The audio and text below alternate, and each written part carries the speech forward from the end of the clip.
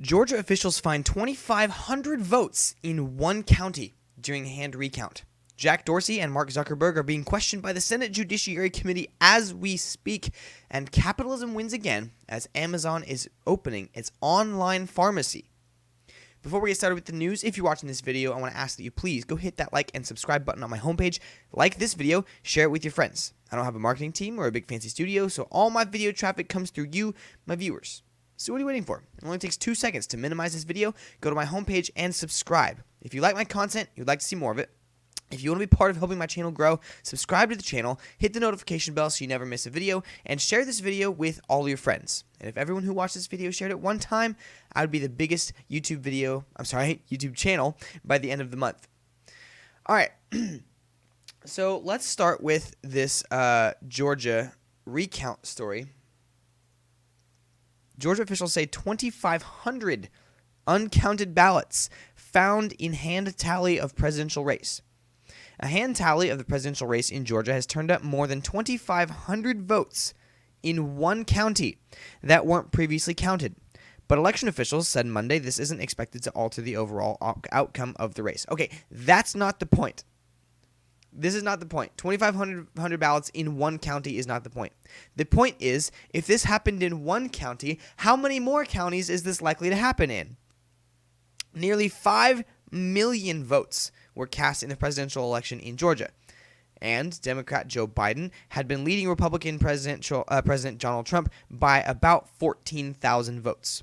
The Floyd County Election Board chairman said he didn't have an immediate breakdown of the newly discovered ballots, but unofficial results previously reported showed Trump with about 70% of the county's votes to 28.4% for Biden.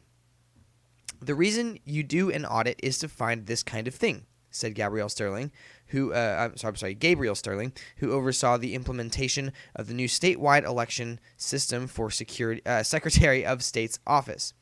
Sterling said this appears to be an isolated problem and there are no fundamental changes in other counties. County Election Board Chairman Tom Reese said it appears that roughly 2,500 ballots were cast during in-person early voting, but election officials weren't sure how they were missed. Seems to be a lot of smoke regarding election fraud. Now, mind you, smoke doesn't mean fire. Okay, there seems to be a lot of evidence. That doesn't mean irrefutable proof. Okay, evidence just means there's just indications that something is happening. It could be completely circumstantial. We don't know yet.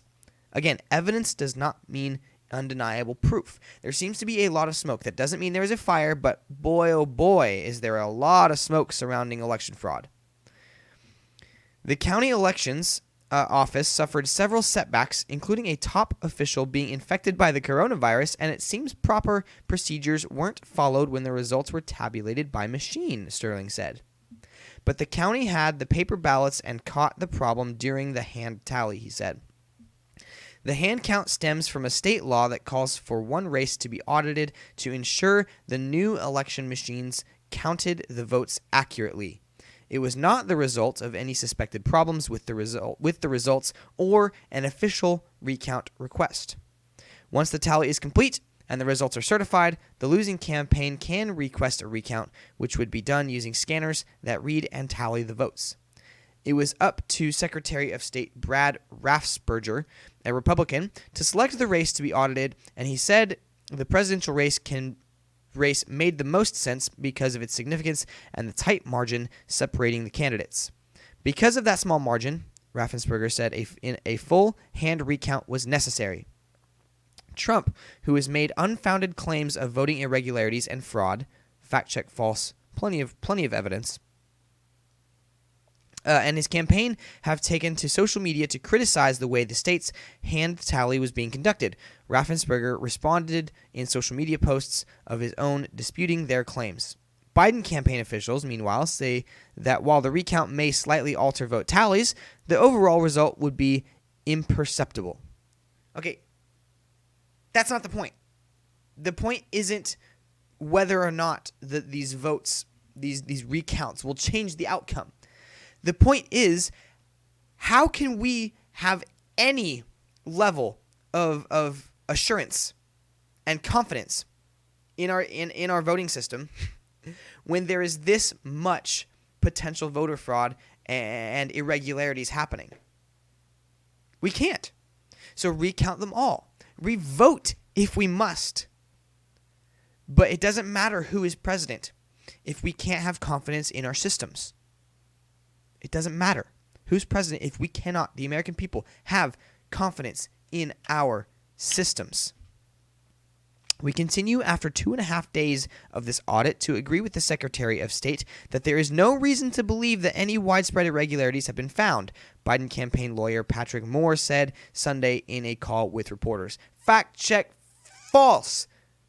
There are hundreds and thousands of sworn affidavits from poll workers saying that there are widespread irregularities. So to say that there's no reason to believe that widespread irregularities exist, or to say that there's no proof of widespread voter fraud, is just factually false. But hey, we got to give it to them for setting up this narrative. Got to paint the orange man as Hitler. Right? We've got to set up Biden as the president-elect, even though he's not, so that if, just in case, the Trump campaign is able to flip the script on Biden, well, then the Biden campaign can just say, oh, look, they said we stole the election from them, but they actually stole it from us. Yikes, give me a break. Everyone is playing politics right now, which I guess is the name of the game, politics. But it's getting old, and we need to move past it. It's getting old, it's getting annoying, and quite frankly, I'm tired of it. Just finish the counts, name the president, and when that happens, Donald Trump will leave peacefully. I know there's a lot of talk of him not leaving peacefully, and if Biden wins, and if Biden's elected, he's going to just stay in the Oval Office for the foreseeable future. That's not going to happen. If Biden is duly elected, which he's not yet, which is why Donald Trump hasn't conceded, if Biden is duly elected, then Trump will leave peacefully. Anyone who doesn't believe that, just they're not paying attention. County election officials were instructed to start the count by 9 a.m. last Friday and to finish it by 11:59 p.m. this Wednesday. The deadline for the state to certify election results is Friday, November 20th. Raffensperger acknowledged last week that the hand tally would be a heavy lift for the counties. A vast majority of the state's 159 counties had completed the physical hand tally by Monday and were working on data entry and quality control measures, making sure they've counted every batch of ballots and only counted each ballot once before submitting results to the Secretary of State, Sterling said. The state election officials said they wouldn't release any results from the tally until the whole process is complete. Okay, with states like this, I'm going to explain it again, because there are still people out there referring to Joe Biden as president-elect. He's not. I'm going to explain it again. With states like Georgia that have not released their official numbers, you can't even predict that Joe Biden is the president-elect because they haven't released their official numbers. And even if they had, you can project Joe Biden as the president-elect, but he's not until December 14th when the Electoral College sends their delegates to vote on who will be the next president of the United States. Until then, Joe Biden is not the president-elect. He is merely the projected president-elect. You're welcome. I'm tired of clearing this up. People, stop referring to Joe Biden as president-elect. He's not. Stop it now. Okay.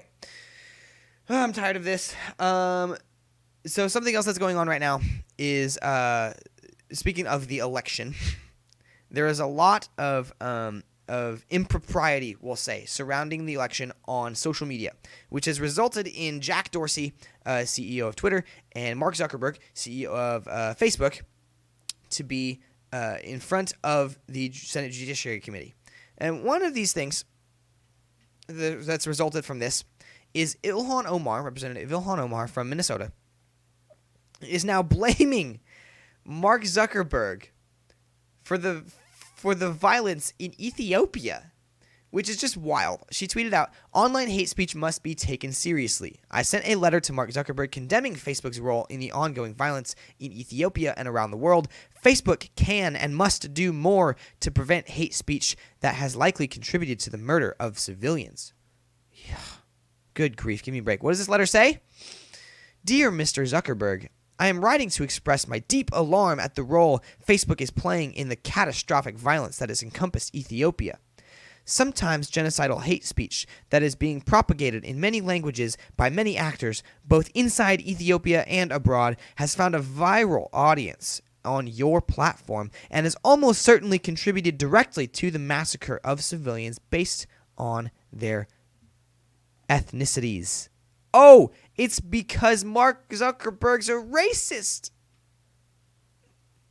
The situation in Ethiopia is precarious and has a very real chance of collapsing into one of the worst human rights and humanitarian crises in the world. Thousands have already fled across the border to Sudan, which is itself in a deeply fragile transition from a dictatorship to democracy. Massacres of civilians because of their ethnicity and religion have become tragically commonplace. The Ethiopian government has jailed dissidents, threatened to bomb civilian areas, and entered into all-out war with one of its regions. Experts on the region and atrocity crimes are ringing the alarm about the possibility of a massive refugee crisis, continued inter-ethnic violence, and genocide. You and Facebook should have learned from past experience. The role Facebook played in the 2018 violence against Sri Lanka Muslims prompted a public apology earlier this year.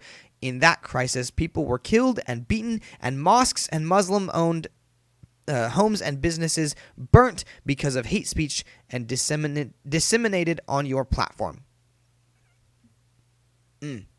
Facebook's part in the genocide against Rohingya people in Burma is also well documented. Facebook has publicly acknowledged its failure in that case to prevent the fomentation of hate and speech and violence. Alex Warofka said in 2018 regarding the Rohingya that Facebook can and should do more to prevent its use for these brutal ends. But your ongoing contribution is sowing division, hatred, and genocidal violence in Ethiopia makes those words profoundly and disastrously hollow. Instead, we have found once again that when societies become divided to the point of hatred, and when that hatred burns to the point of targeted murder and massacres, there Facebook is in the center of it as the catalyst and engine of discord. In Rwanda in 1994, the orders to murder Tutsis by extremist Hutus bent on genocide were famously issued over the radio. Mr. Zuckerberg, in 2020, you are that radio, and it is up to you to turn it off.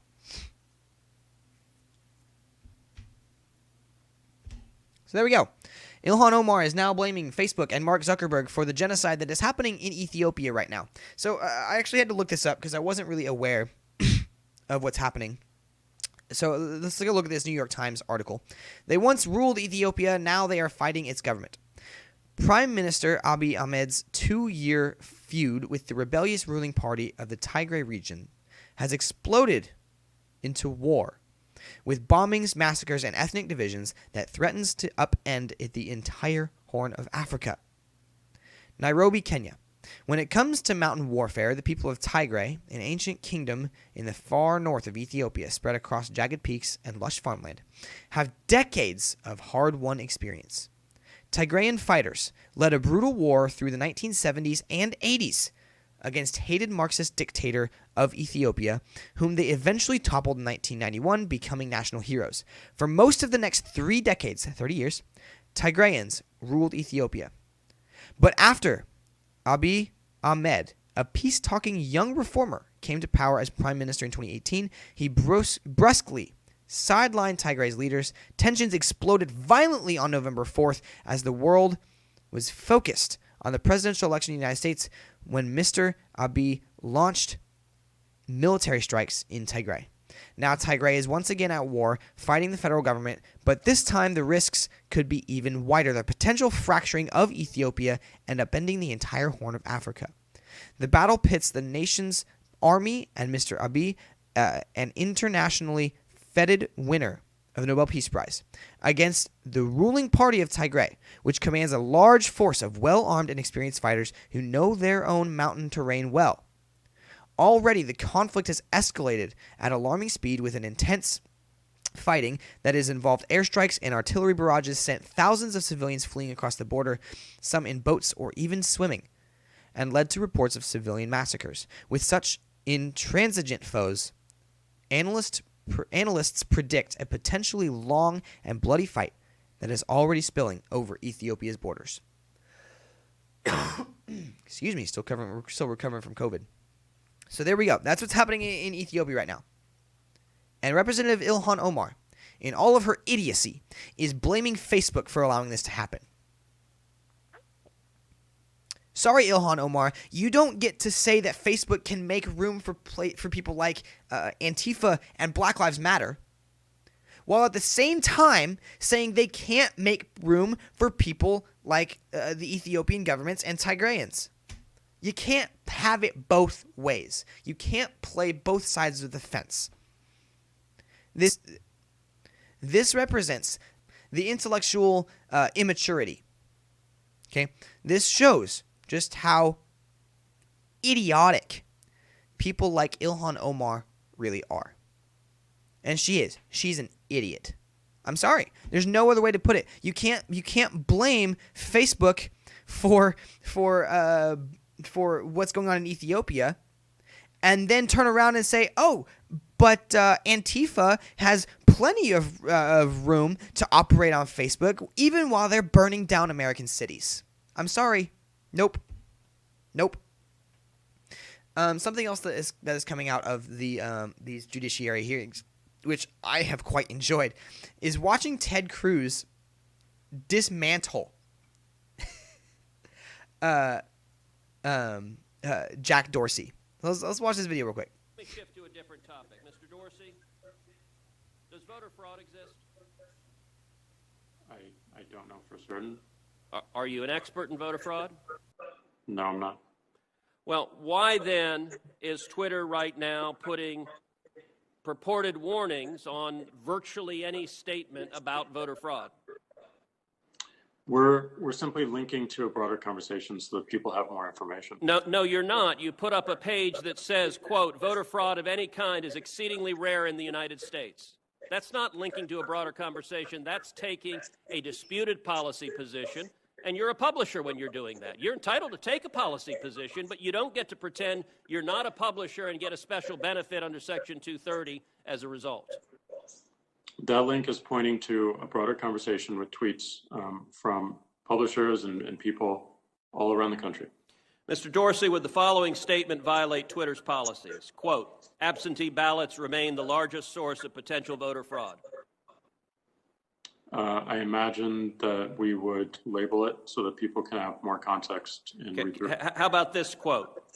Quote, third-party organizations, candidates, and political activists.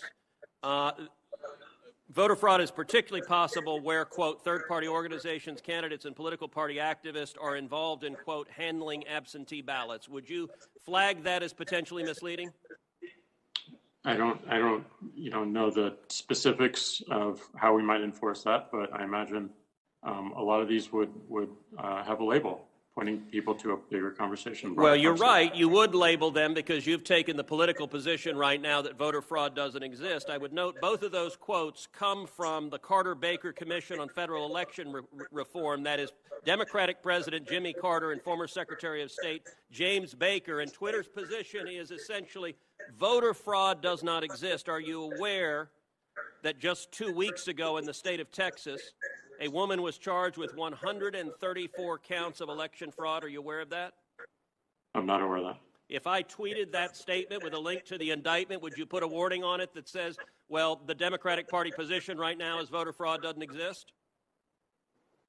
I don't think it's useful to get into hypotheticals, but I don't believe so. You don't believe so? Well, we're going to test that because I'm going to tweet that and we'll see what you put on it. me shift to a different topic. Yes.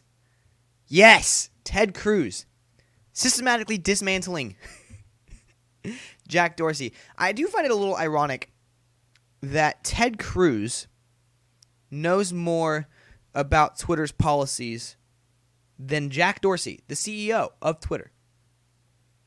Which leads me to believe that Jack Dorsey is merely a meat puppet for whoever's actually running Twitter. I don't think Jack Dorsey's actually running Twitter. I think he is being kept in the dark about a lot of things. I think he's just a meat puppet. I mean, really, what's the other explanation? That he's just really this dumb? I don't believe it. I think, and this is gonna, I'm gonna reveal my cards a little bit. I think any private company should be able to do pretty much whatever they want, as long as they're not actually violating the Constitution. Okay, they're not violating any laws. Any company should be able to do whatever they want. The reason that Facebook and Twitter are getting in trouble right now is because they're acting as publishers when they are listed as platforms. And there is a difference between a platform and a publisher. A platform says anyone can come use this space. We are not responsible for what they do. And a publisher says anyone can go use this space. Anything they say, we are responsible for. Which is why someone like AT&T is not responsible for the use for the words of their customers. Okay, but New York Times is responsible for the words of their employees. There's the difference between a publisher and a platform. There you go. Quick and easy. I think any company should be able to do is whatever they want, as long as they classify themselves properly. I think any company should be able to hire or not hire anyone for any reason. I think this would result in a booming economy.